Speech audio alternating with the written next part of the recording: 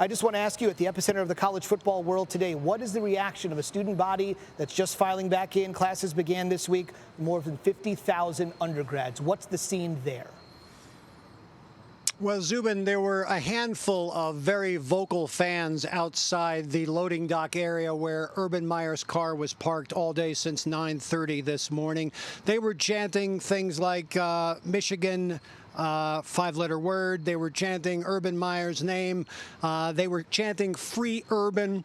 But it was a small minority of the 60,000 students on this campus. It was just a handful of people. And then when Urban Meyer left the scene about 15 minutes ago, they again chanted his name, Urban Meyer, as he walked toward his car to leave the proceedings. I agree with a lot of the things I've heard earlier this evening as you've been talking to some of our colleagues. First of all, it was striking. My colleague Greg Amonte was the one who asked the question about whether Urban Meyer has a message for Courtney Smith, and it was an opportunity for Urban Meyer to make a heartfelt statement about both Courtney Smith, the victim here, and about domestic violence in general.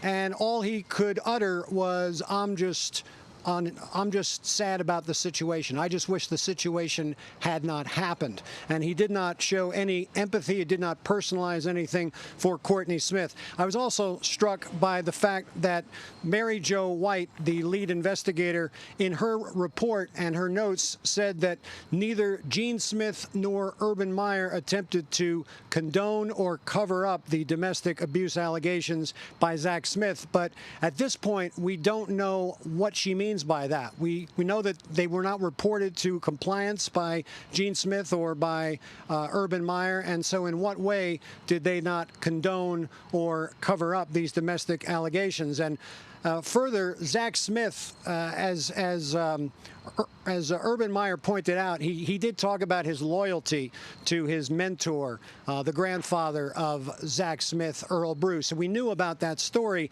but it seems like there's more to it than that. There were red flags. Urban Meyer knew about them since 2009. Was it purely his loyalty to his mentor, Earl Bruce, or was it something about the contributions that Zach Smith was making to Ohio State University that allowed Urban Meyer to turn a blind eye to this man who had been in the news for domestic abuse in 2009 and then again in 2015. We still don't know why it took until 2018 for Urban Meyer to fire Zach Smith. He said he followed his heart rather than his head, but it seems like there were many things left unsaid. And Urban Meyer generally seemed somewhat unfocused. He had many reporters repeat the question. He didn't seem to be all there. And secondly, when he was asked pointedly whether he thought he should have been suspended, he never directly answered the question. You really got a strong sense that he didn't think he should have been suspended. All he would say is, I trust and fully support our president.